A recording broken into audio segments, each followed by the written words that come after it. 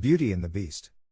Once upon a time, in a very far-off country, there lived a merchant who had been so fortunate in all his undertakings that he was enormously rich. As he had, however, 6 sons and 6 daughters, he found that his money was not too much to let them all have everything they fancied, as they were accustomed to do. But one day a most unexpected misfortune befell them. Their house caught fire and was speedily burnt to the ground, with all the splendid furniture, the books, pictures, gold, silver, and precious goods it contained, and this was only the beginning of their troubles. Their father, who had until this moment prospered in all ways, suddenly lost every ship he had upon the sea, either by dint of pirates, shipwreck, or fire. Then he heard that his clerks in distant countries, whom he trusted entirely, had proved unfaithful, and at last from great wealth he fell into the direst poverty. All that he had left was a little house in a desolate place at least 100 leagues from the town in which he had lived, and to this he was forced to retreat with his children, who were in despair at the idea of leading such a different life. Indeed, the daughters at first hoped that their friends, who had been so numerous while they were rich, would insist on their staying in their houses now they no longer possessed one. But they soon found that they were left alone, and that their former friends even attributed their misfortunes to their own extravagance, and showed no intention of offering them any help. So nothing was left for them but to take their departure to the cottage, which stood in the midst of a dark forest, and seemed to be the most dismal place upon the face of the earth. As they were too poor to have any servants, the girls had to work hard, like peasants, and the sons, for their part, cultivated the fields to earn their living.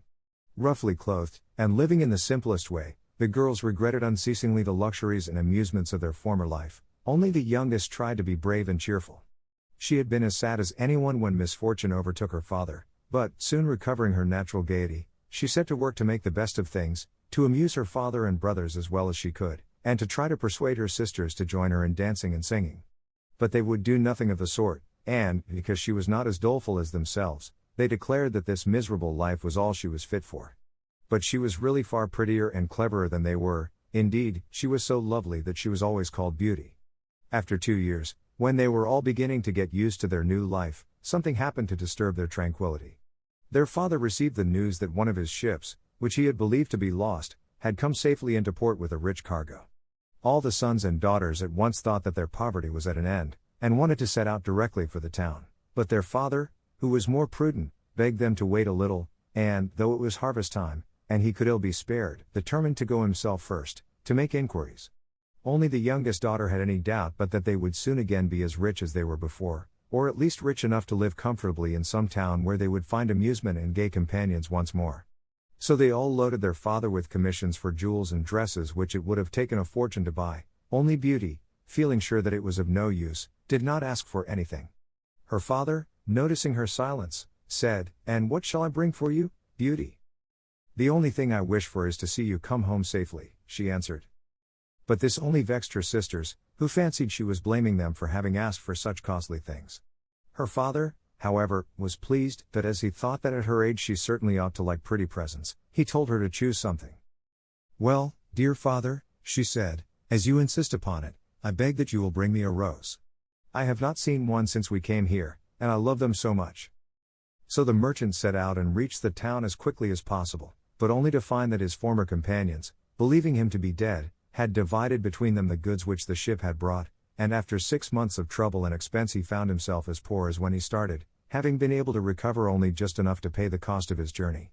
To make matters worse, he was obliged to leave the town in the most terrible weather, so that by the time he was within a few leagues of his home he was almost exhausted with cold and fatigue. Though he knew it would take some hours to get through the forest, he was so anxious to be at his journey's end that he resolved to go on, but night overtook him, and the deep snow and bitter frost made it impossible for his horse to carry him any further. Not a house was to be seen. The only shelter he could get was the hollow trunk of a great tree, and there he crouched all the night, which seemed to him the longest he had ever known. In spite of his weariness the howling of the wolves kept him awake, and even when at last the day broke he was not much better off, for the falling snow had covered up every path, and he did not know which way to turn.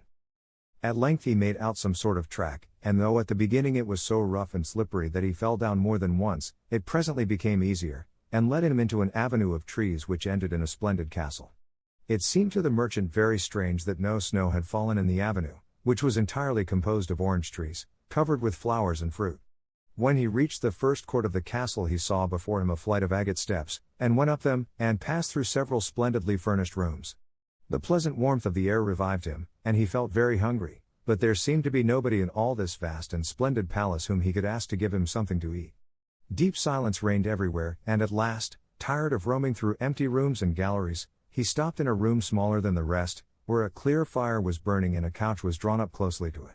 Thinking that this must be prepared for someone who was expected, he sat down to wait till he should come, and very soon fell into a sweet sleep.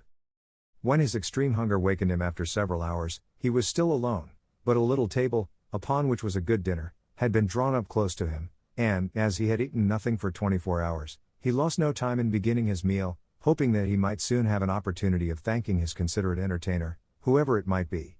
But no one appeared, and even after another long sleep, from which he awoke completely refreshed, there was no sign of anybody, though a fresh meal of dainty cakes and fruit was prepared upon the little table at his elbow. Being naturally timid, the silence began to terrify him, and he resolved to search once more through all the rooms, but it was of no use. Not even a servant was to be seen, there was no sign of life in the palace. He began to wonder what he should do, and to amuse himself by pretending that all the treasures he saw were his own, and considering how he would divide them among his children.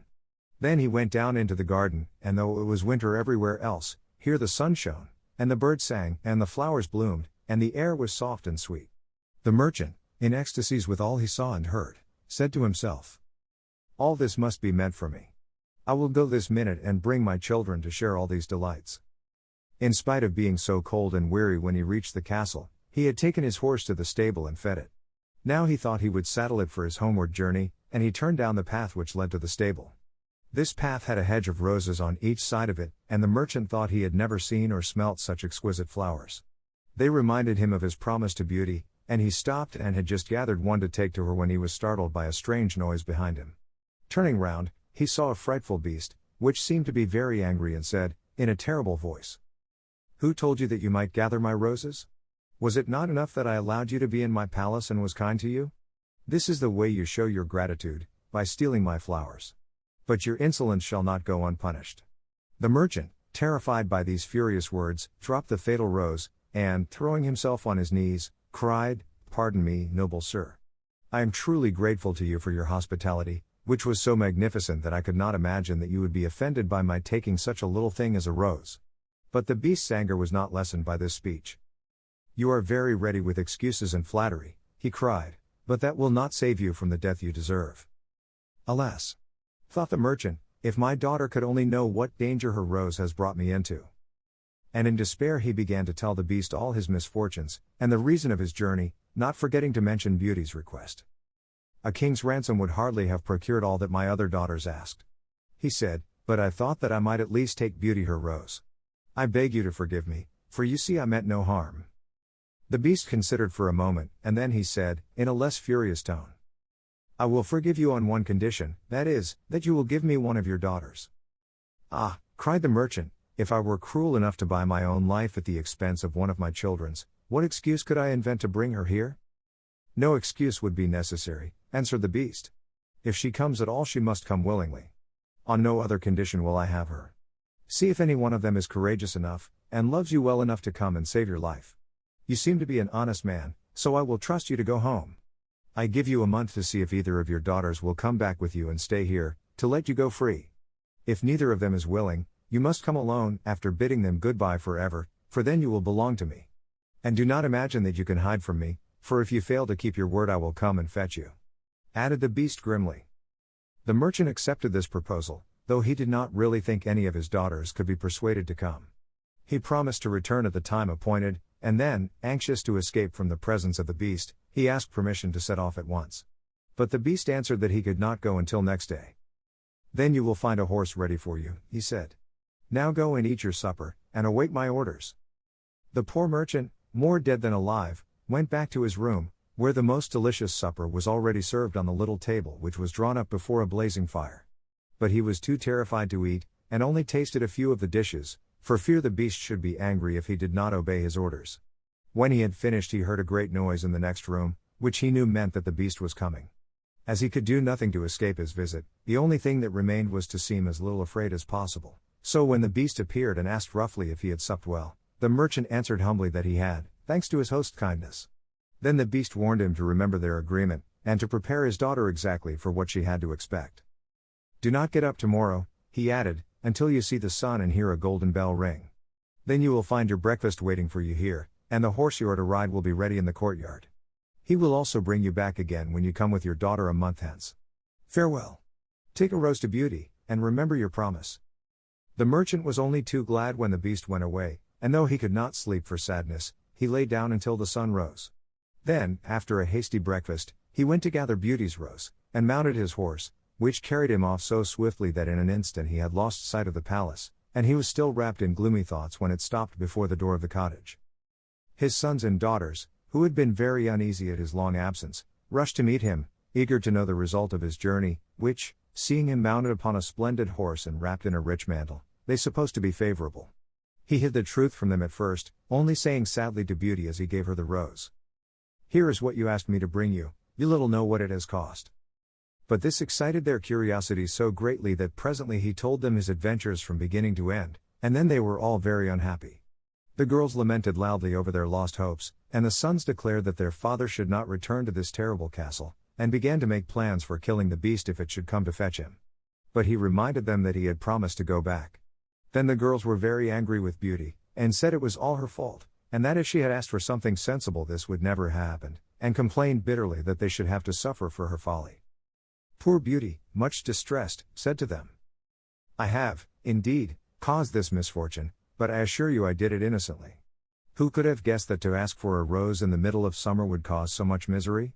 But as I did the mischief it is only just that I should suffer for it. I will therefore go back with my father to keep his promise."